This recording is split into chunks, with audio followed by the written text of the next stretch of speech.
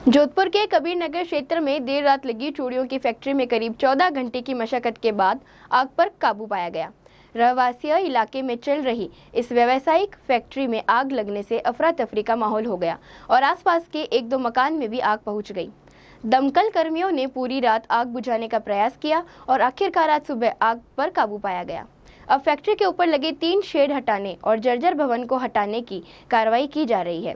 मुख्य अग्निशमन अधिकारी जय सिंह ने बताया कि कल देर शाम कबीर नगर में स्थित चूड़ी फैक्ट्री में आग लगने की सूचना मिली थी, जिसके बाद Basni, Shastri Nagar, Chopasni housing board, Nagori gate, Mandore, Boranada सहित सभी दमकल स्टेशन से दमकलों को रवाना किया गया।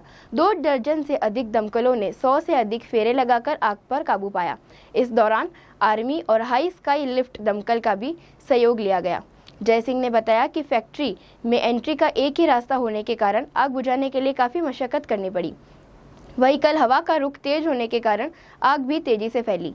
फिलहाल आग पर पूरी तरह से नियंत्रण पा लिया गया है। अब मौके पर मलबे को बाहर निकालने और फैक्ट्री के ऊपर लगे 3 शेड एवं बिल्डिंग के जर्जर भाग को हटाने की कार्रवाई की जा रही है।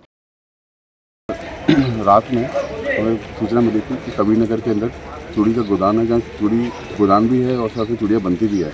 और ये सूचना मिलने पे हमने नागौरी गेट, बासनी, शास्त्री नगर, मंडोर से टोटल 15 दमकलें रवाना करी और 15 दमकलें रवाना करने के बाद में हम यहाँ पे पहुँचे। यहाँ पे हमने यूँ देखा कि बहुत विकराल स्थिति है, तो फिर उसके बाद में हमने अपनी कार्रवाई स्टार्ट करी और उसके अंदर हमने अपना HPL 60 मीटर उसको भी बुलाया। फिर उसके बाद में हमने उसके अंदर अपना होस्टर वगैरह कनेक्ट किए और फिर उसके अंदर हमने अपनी कार्रवाई स्टार्ट करी। जो मेन दिक्कत है हमें इसमें ये आई है, एक तो इसके अंदर क्या है कि ये कमर्शियल एक्टिविटीज जो चल रही है, ये रेसिडेंशियल एरिया और इसके अंदर ना तो कोई अपना एक्सेस है, वे टू एक्सेस है।